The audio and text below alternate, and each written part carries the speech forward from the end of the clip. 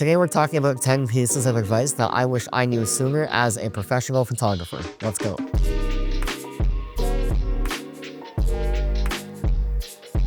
If you guys are new here, hi, my name is Josh, and I've been a professional photographer for the last 10 years. In the past decade, I've obviously learned a ton of things. I've failed a lot, I've succeeded a lot, and in between, there have been a lot of lessons that have come with it. A lot of people have given me advice along the way. Some stuff I learned 9-10 years ago, other stuff I learned yesterday, and all of these things are things I wish I knew on day one. Okay, starting off strong with number one, imposter syndrome does not go away.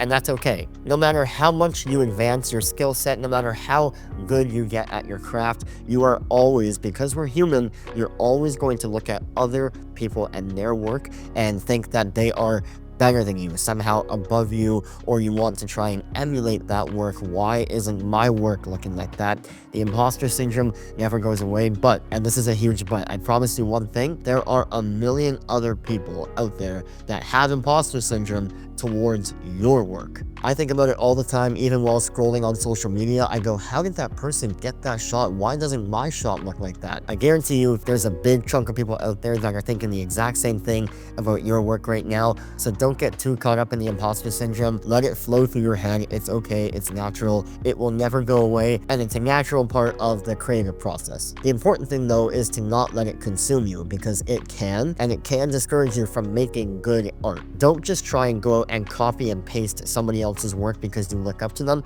Go out and try and do your best work. Your best work, your best art, and your creative vision is going to be different from every single person on this planet. So don't try and expect that your work is going to look identical to somebody else's. Even attempting to do so is actually kind of a waste of time because, well, that person has already done that thing that you want to do. So they're already there. If you want to get there, then carve your own path, figure out your own niche, and just get better at your craft. Number two, it's not just about the camera. I have friends all the time, almost every single day, coming to me with questions about what camera they should buy. Should I buy this camera? Should I buy that camera? And my response is always the same. No matter what camera you buy, it's irrelevant unless you know exactly how to utilize that tool to its fullest potential. Because I'm actually in the camp of people that does believe that certain gear, cameras, lenses, other accessories can make your art better. It can actually improve the end product that you are trying to go after, but only if you know what you're working with. It's the same way that if I asked an average person like you or I, what MRI machine should I buy? Would you have any idea what MRI machine you should buy?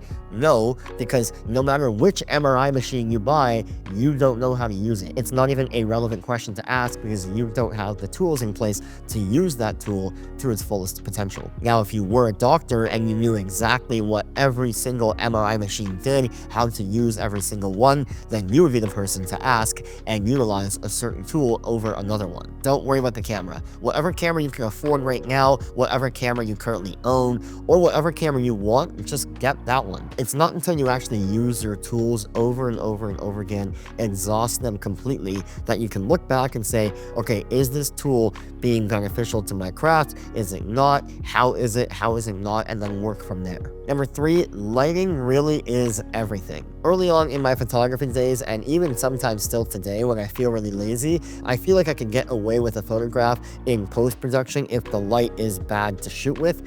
That's not the case. First of all, I believe that there is no such thing as bad lighting, but there are ways to use lighting badly. Light can do everything from evoking a certain emotion to setting the mood and the tone of the image to highlighting or subtracting from certain parts of an image. Everything in the photo is based off of light. A lot of the time when I'm not too sure about an image when I edit it in Lightroom, what I'll do is I'll convert that image to black and white and then see how I like it. The reason I do this is because once I subtract the color from the photo, all I'm left with is the actual subject matter and the light, how the light interacted with the scene. And honestly, sometimes the color theory of your image is so off that you actually might benefit from keeping that photo in black and white to tell a stronger story. Light is a massive topic, and I will definitely make future videos on just lighting specifically, but for now, that is advice number three. Lighting is everything. Number four, your style will take time to develop. When I first picked up a camera, I was probably 12 or 14 years old,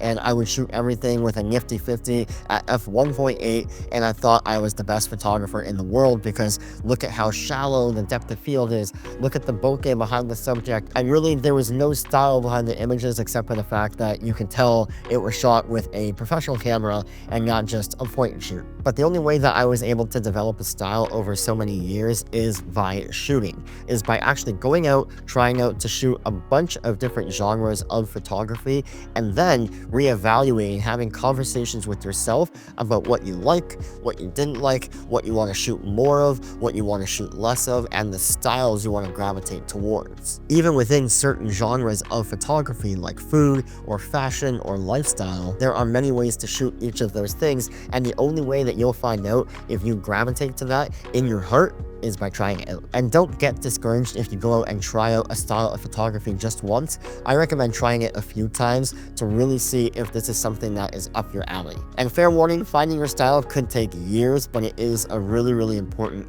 part of your photography journey. Number 5, and this is specifically in the digital age of photography, post-processing is just as important as shooting. This also turns into finding your style, but post-processing can turn any picture into your picture just by editing the picture a certain way. And it's not as easy as just slapping on a preset in Lightroom. These things are very nuanced. They take lots of time, lots of attention, and lots of detail. What I like to do after every single shoot is to evaluate, okay, how can I get 1% better for next time? Not 100%, not overhaul my whole thing, but how can I improve just 1% better for next time? Maybe that means watching a few YouTube video tutorials on Lightroom or on Photoshop to learn a new skill to add to your repertoire, or maybe that means experimenting with new colors and new textures on the images. All of these things can help to improve your photography by just 1% every single time. One more tip on the post-processing part is that just like you would never overcomplicate or overdo a shot, you would also never overcomplicate or overdo an edit. Less is always more with post-processing, because when you look back, you're going to be happy that your images have a more evergreen and consistent look as opposed to one that is way too over-processed. Number 6, networking is key. Now this is more of a business tip, not an actual photography specific tip, but I will say that my network has gotten me way more jobs than my talent has. I always say that yes, you have to be talented, yes, you need to be good at what you do, but talent is secondary to who you know. I'm very privileged and lucky to live here in downtown Toronto, which is obviously a big metropolitan city. So if you also live in a city, or any city or town for that matter, get out there, meet people, go to your local businesses, go to different events, and meet and put your face in front of as many other faces as possible. You wouldn't believe the amount of times that people message me for shoots that met me 3 years ago at a random event or restaurant or just random run-in on the street because I was out there. If you're naturally more of an introvert, I will say this is going to be outside your comfort zone, but is really important. And don't look at it as sales or as business. Look at it as actually just going out to meet more people. I love the idea that your network is your net worth, and the only way to build your network is to actually go out there and meet people. Switching gears to number 7, this is a much more technical point. Back up everything twice. I believe in my 10+ years as a professional photographer, there were 4 or 5 times where I've lost entire shoots while doing the editing for the shoots just because I didn't back up my hard drives. Whether my hard drive became corrupted, or I've even dropped hard drives on hard surfaces or in water before, it's been a disaster. It's no fun. And having to go to your client and say, hey, remember that shoot that we just spent a ton of money on to produce, to shoot, to hire models for, and all these things? Yeah, I lost all those pictures. Not fun. Some cameras like my Sony a7 IV allow you to plug in 2 SD cards at one time and actually put a duplicate copy of whatever you're shooting on the second card.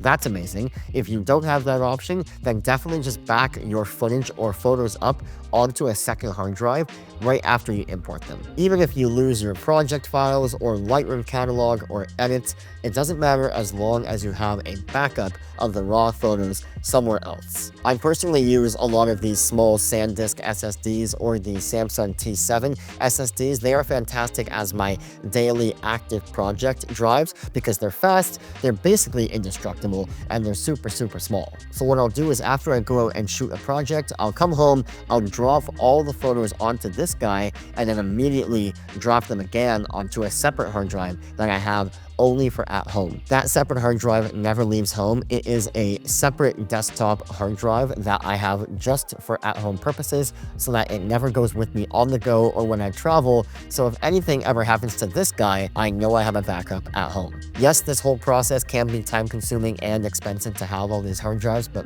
I promise you, if you look back at this video after losing a project, don't say I didn't tell you so. Number 8 is to master the art of storytelling. This is massive. This could honestly be every single tip on this list, but storytelling is absolutely crucial to producing an effective photograph. And that story can be anything, but you have to be clear with what the story is. What is the emotion? What is the vibe? What is the mood of the image? Or if it's for a specific objective, what is the story? Whenever I create a mood board or a vision board for a shoot, I will often add a tagline at the top of that mood board to tell the story of the shoot so that everyone is on the same page as to what the overall objective is when shooting. This will help you as a photographer when shooting, when editing. It'll help the models on set. It'll help whatever subject matter you're shooting. It'll help the set design. It'll help costumes. It'll help everything be much more cohesive and a full thought out end-to-end photograph. Again, storytelling is another video that I can do all by itself because it's such an in-depth thing to discuss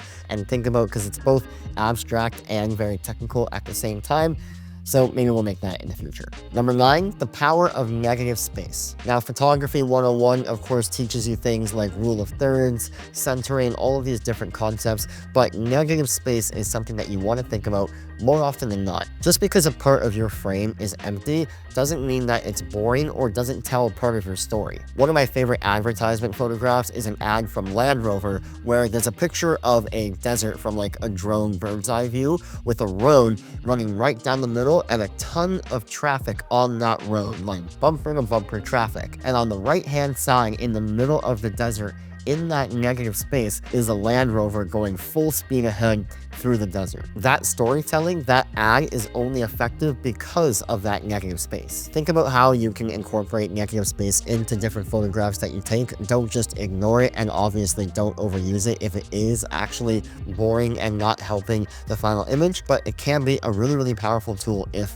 done right. Number 10, last but not least, this is one of my favorite tips to always remember, and that is to embrace imperfections. A lot of the time with marketing nowadays for new cameras, all we talk about is megapixels and sharpness and resolution and all these really technical things to make the image look more perfect. But a more perfect, sharp looking image isn't always the goal. Now, yes, if you're shooting sports or if you're shooting wildlife, you don't want a blurry picture or something that's out of focus. So obviously technicalities like sharpness and resolution matter a lot, but they don't necessarily mean everything when it comes to the storytelling of a picture. Some of my favorite photographs I've ever taken are actually some of my softest or most out of focus, blurry, most motion, most imperfect shots ever. And that's because for me, for my style of photography, that tends to lean heavier into the actual storytelling and the emotion of the picture. Don't get caught up in the picture being too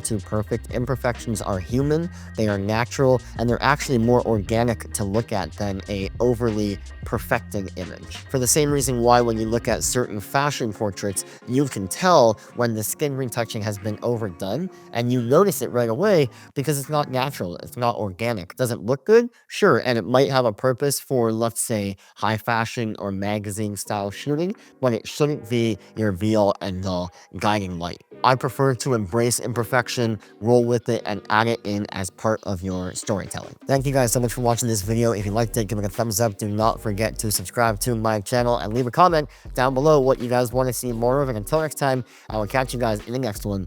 Peace.